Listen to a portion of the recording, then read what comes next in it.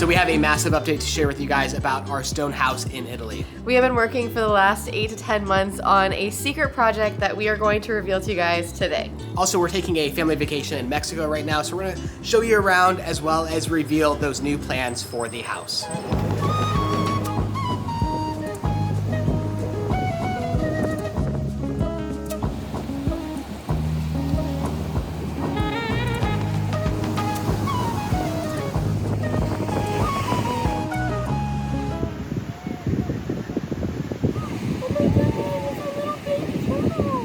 So this area right here is enclosed to protect the turtles. That's very common on a beach like this. Okay, Chloe's also picking up trash. No, this isn't trash, it's sea glass and I'm giving it to you. Okay, thank you. Don't throw it away. Okay. So these are set up to protect the turtle eggs so that they have a chance to hatch. But we came over here and there's a little turtle that has hatched. I don't know if he was late or what, but now he's like trapped in here. I don't know where the people that like are working this area are supposed to be like watching, but he needs to get into the ocean. He's gonna get eaten if someone doesn't set him free soon. Girls, look. That's cool. This is a shell that the turtle hatched out of. Isn't that cool? It's a little disgusting. Is it? Really cool. The little baby turtle hatched out of this.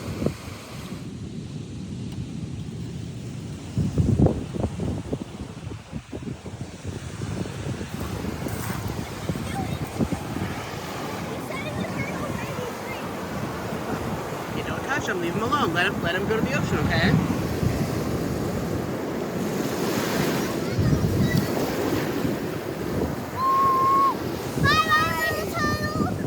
So I checked first before I did this, but it's not even turtle season. So the turtle patrol or whatever they call them who go around and check the nest aren't even checking anymore. These are just old fences left up, and this guy was exceptionally late. He was a late little bloomer. And so I checked to make sure it was okay, but I was able to reach in and grab him out of the fence and set him free. But that was a pretty cool experience. So really quick, a few days ago, we released a video on YouTube that was only available for 48 hours and has since been taken down. So if you haven't seen this, all right, again, elephant kiss. Again. That is quite the experience. Then you've likely missed the video. But if you want to watch it, I've put it on our website for the next couple of days, as this video is both a preview for an upcoming YouTube video being released in 2 weeks, as well as an announcement for our biggest Black Friday sale ever, which we're extending for the next 2 days. So if you want to watch the video, scan the QR code or head to raisingvoyagers.com and visit the travel hacking section of our website, and we will share more information about the Black Friday sale at the end of this video. Now let's get to the announcement about the stone house. So I'm excited because we've been keeping this a secret for so long. A long time. Mostly because we didn't realize if it was going to be possible to actually accomplish. So we don't want to talk about it and then have to kind of retract that because we kept going back and forth. Is it going to be possible? Is it not going to be possible? And we didn't want to share something and then say, never mind, we're not going to do that. It honestly was the source of frustration for the last 8 months because we would think it's possible and realize it's not, and then think it's possible, then realize it's not, and back and forth. And once we realized it was possible, is it safe? Can we do it? Like, I don't know. It's been complicated, to say the least. But I have on my laptop a new drawing showing huge new plans for the stone house that we're now excited to share. But do we have any updates? Like, where have we been the last couple of weeks? I think last time So we finished up our time in the U.S. with family and friends, and we actually surprised the girls with a trip to Universal. They're like super into Harry Potter right now, so they were just over the moon. They had so much fun.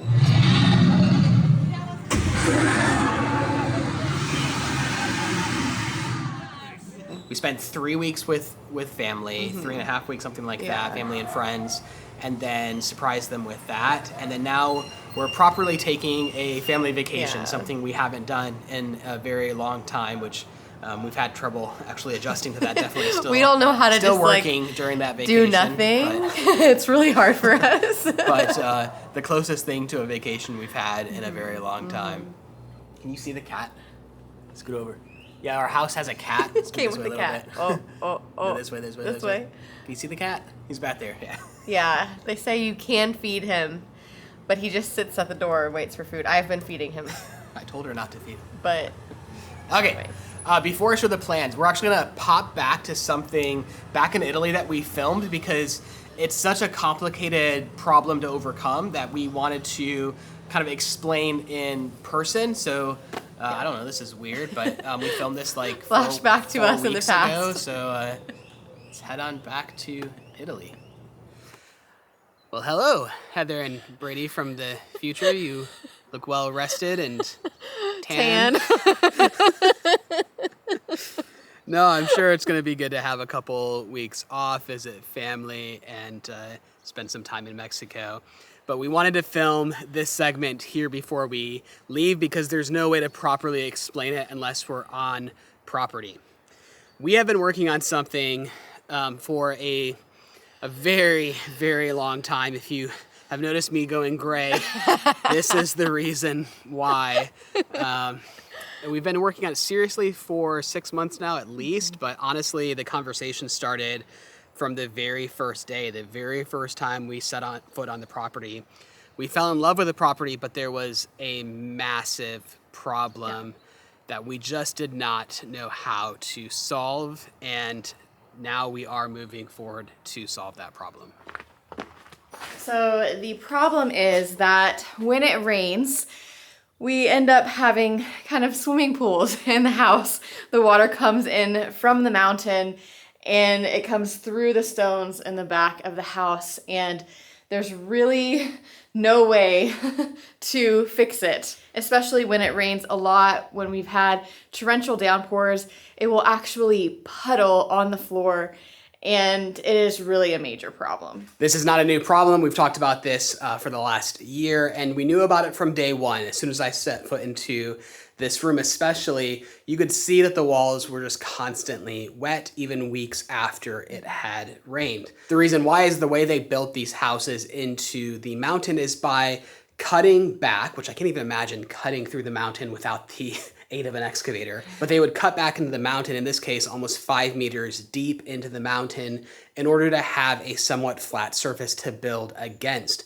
And then they would simply dry stack the stones against the mountain. So the reason why this was never a problem hundreds of years ago when they built this house is because, well, one, this room especially was used as the barn. The living spaces were on the second story mostly, where you don't have the same moisture problem. But the big reason is that they would leave the doors and windows open year round and have a fireplace going nonstop, drying it out.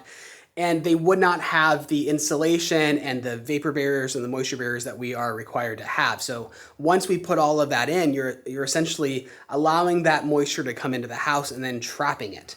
Excuse the mess, it is a construction zone after all, but I wanted to bring the camera out here to show you. We recently dug a little bit in this area to make room for all of our supplies, and I think it goes to show how much they would have had to dig into the mountain. See, they didn't just find a flat spot, the exact shape and size of the house, and then build it there. No, they carved back into the mountain, which is how they found all of the stones for all of the terraced walls and the house. So of course, a mountain goes like this, but then along the terraces, they would have dug down like so to flatten them out a little bit.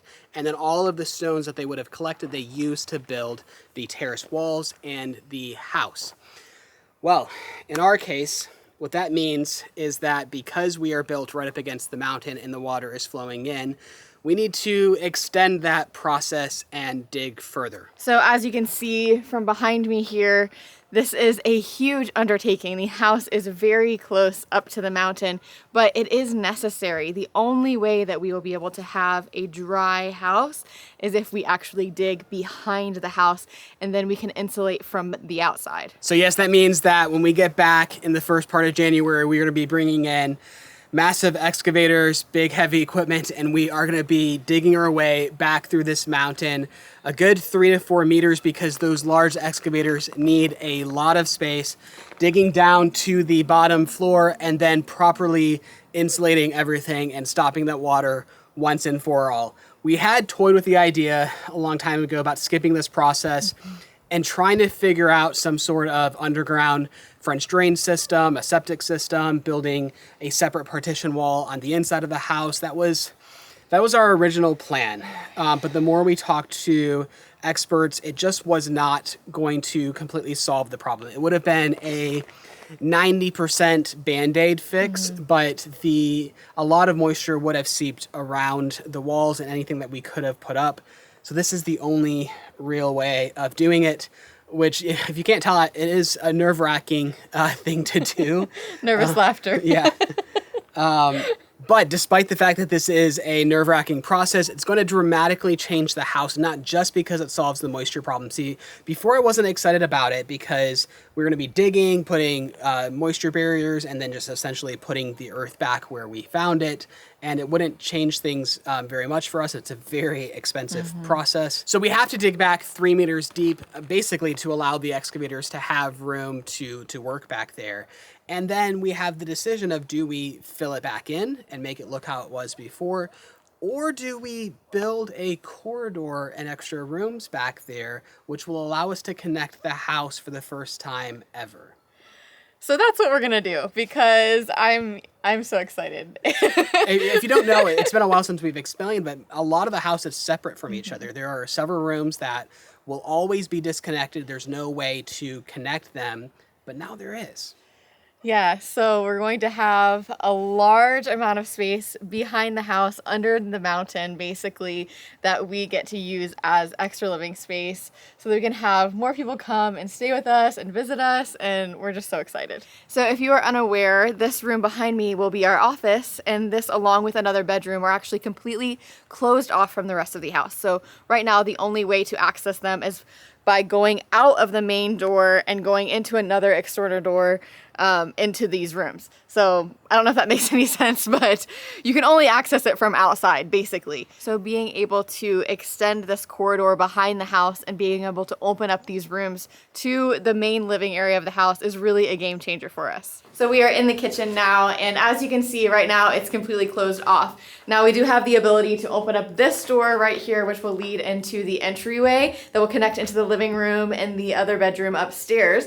But we are also going to open up a door back here, which will lead into kind of an extended kitchen dining room area that will connect to the rest of the rooms behind the house.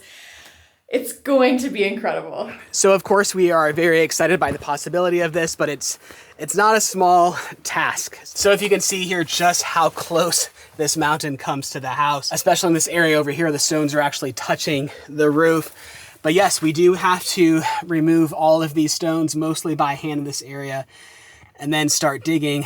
But this whole area behind the house will also have a lot more living area outside. So we do, of course, need to dig the entire amount of the dirt out. Right now, the dirt is reaching above the roof line, and then we need to dig from there all the way to a little bit below the floor level of the bottom floor, which in total is about 5.5 meters, which is, what is that, like 18 feet? So it's a big dig out.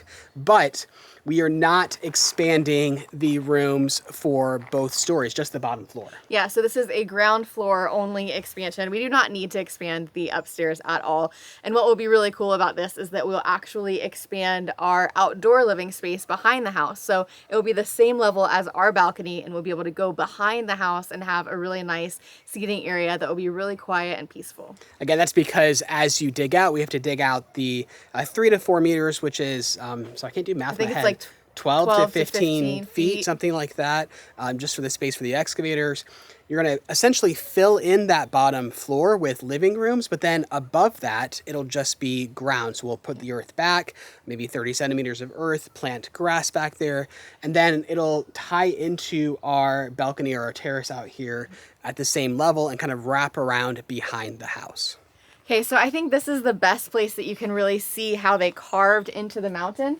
So back here, they actually dug down straight into the mountain in order to make room for the house. And you can see, because where this terrace is now extends out further. So they had to come back here and dig even further back to have a place for the house to sit. So another exciting element about this is the sheer amount of stones that we will get from this digging out process for future building projects. We have all kinds of ideas for building projects in the future, like chicken coops out of stone, or I really want to build a sauna out of stone. I think that would be like an outdoor sauna. I think it'd be really neat. But we also have structural elements such as new roads to build that need supporting walls, new terrace walls. There's a lot of projects that need to happen in order to both restore this property, because a lot of the stone terrace walls are collapsing, as well as to be able to enhance the property to be able to live comfortably here. But regardless, we could not be more excited because of how this will transform the property for us.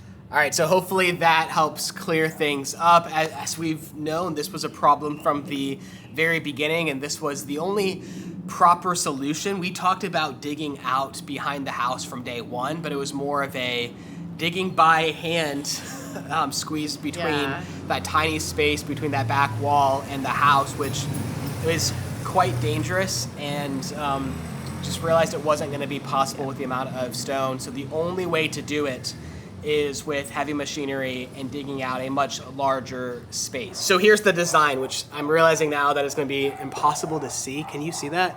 No, you can't. I'm sure. Okay, we'll throw up a screenshot or something.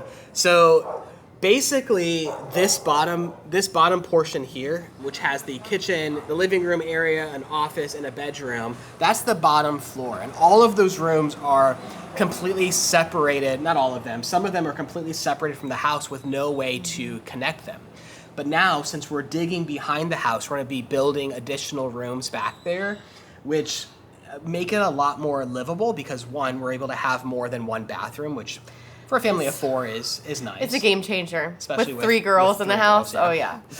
But also now, for the first time, we're able to connect the entire house through a corridor and additional rooms, which we are very excited about. It also means that we're going to be able to have a little bit more space to host people, because we do want to have people come and stay with us. And I don't know, it's a game changer for us, and we are very excited about it, very excited that it's actually possible to do. It's going to be a huge project. This is not something that we're doing by ourselves. No. Up to this point, we've basically done mostly everything by ourselves. We needed the best construction companies to handle this for us, so we spent the better part of 2 months interviewing every possible available construction company in the entire area, and found the company that we are most excited to move forward with. And that's actually why we had to leave, because we wanted to guarantee, which we explained a little bit last week, but in case you missed that, that's why we're gone right now. That's why we had to leave the country, is because that was the only way for us to guarantee that we could be there during their availability of when they can start. But it also is like a really great break for us. We've been slugging it, digging through that foundation, which we're so excited to be finally past and moving forward. And now that we have this construction company getting us through the next phase, man, it's going to go so fast, and we're really very excited. Things are going to start moving so much quicker. We're going to be seeing so much more projects. Progress. We're going to be seeing so much more progress once we get back to Italy and are moving forward. So we can't wait. We're so excited for what is ahead. And yeah. The cat wants food. The cat. We need to feed the cat.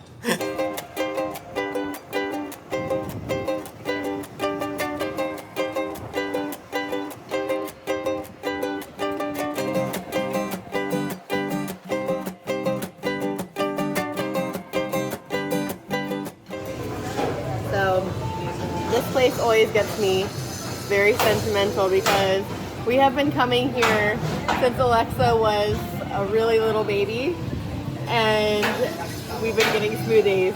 Sorry, there's construction going on over there right now, but the smoothies are so delicious. They produce the mango, if you're wondering.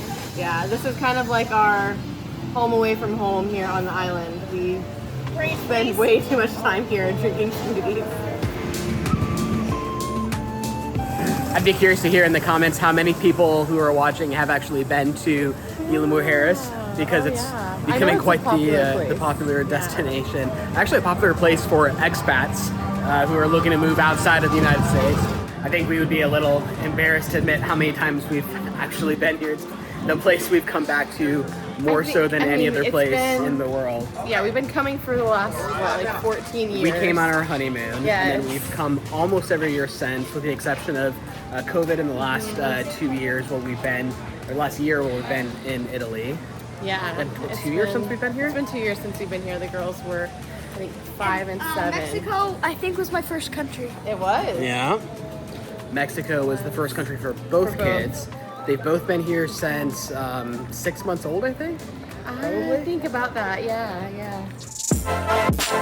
Hi, everybody. We're in Mexico.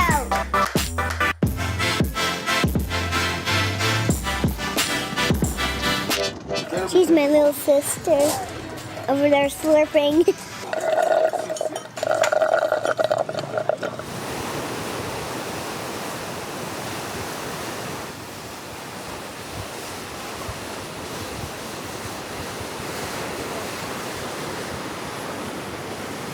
My hair's a bit crazy. I'm walking away from the wind, but this is one of my favorite spots on the island.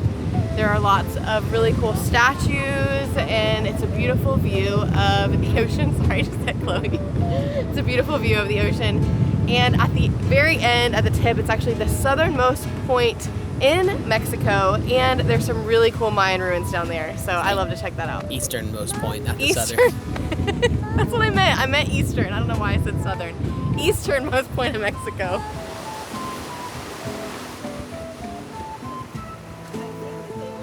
I would recommend coming for sunrise. This is the best part of the island to witness sunrise, and since it's the easternmost point of the island, it's also the first point that the sun touches every single morning. But there's a beautiful Mayan pyramid here, a Mayan ruin that you can get up close and actually touch. But of course the best part is climbing down and walking through and seeing all of the cliffs and the waves. So there is a really cool path down there that you can walk on, but I'm not quite brave enough for it because it's really close to the waves, and the waves can splash up on you, and it's kind of terrifying to me, as like you could fall in and die, I guess. Though if you fell in at this point, there's rocks and the waves are just kind of crashing and they would just really beat you up. So we're gonna stay away from that area always. Do you remember the last time that we were here and there were all the turtles out there? Yeah. Yeah, that was cool.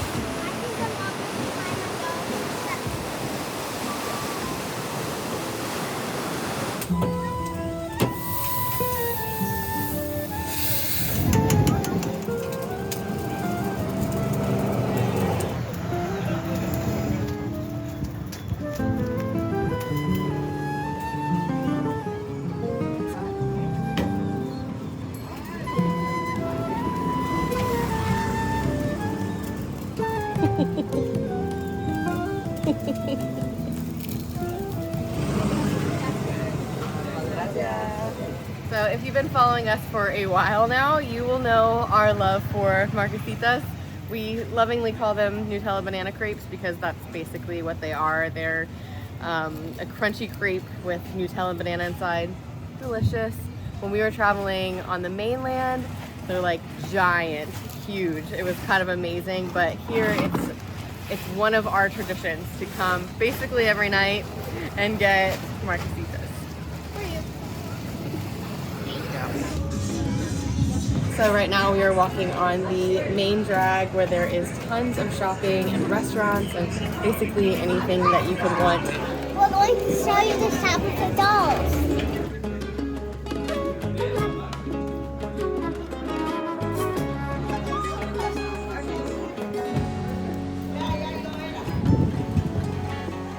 So admittedly, this has been a bit of a family vacation for us, so we have not been filming that much, just kind of soaking it all in. Enjoying it. So Isla Mujeres is not necessarily one of our typical kind of destinations that we go to when it comes to like adventurous travel, but when you're talking about wanting to get away to vacation, this is it. This is the place. This is where we just keep coming back to because there's something so special about this island. We keep inviting friends here and family, and everybody in the beginning is like, where are we going? Because it's kind of an, you know, an adventure getting here, but then once they settle in and see this island, they just fall in love. So because we love Isla Mujeres so much, there was far too much for us to say than we could possibly have fit into this video. So much so that we created a separate, nearly 30-minute video packed with our favorite things to do, best places to eat, and we have accompanied that video with a Google Maps guide to show you the location of all of our favorite places for you to use this as a travel planning guide if you want to visit the island, or simply as travel inspiration if you like watching travel vlogs. We've just uploaded this as a part of our travel hacking guide as the second destination in our travel planning series. So while the travel hacking course is currently filled with everything we know about affordable travel, such as how we booked flights to Italy for only $5.60, we are now expanding to include travel planning guides. Our first travel planning guide showed you how to visit Venice for under $500, including the flight, hotel, and all food and activities. And now we've poured everything we know about Isla Mujeres to make your experience the best possible. And then next, very soon, we will add our Thailand travel planning guide, which shows you how we booked flights for $85 and how we stayed in this bungalow surrounded by elephants for only $58 per night. This new travel planning guide has already been uploaded to the course and is completely free for anyone who has already enrolled, and all future content will always be free for anyone who has enrolled. So if you haven't yet enrolled in the course, and I would recommend at least going to the website, you can preview the travel vlog that I just mentioned. You can watch our elephants video if you haven't seen that already, look through the information we cover, and consider joining today as it's the best Black Friday deal we have ever offered and ever will offer. So if you've never realized it was possible to sleep in a bungalow surrounded by elephants for only $58 a night, then consider taking this opportunity to enroll in the course today. Thank you so much for watching, and we will see you next week.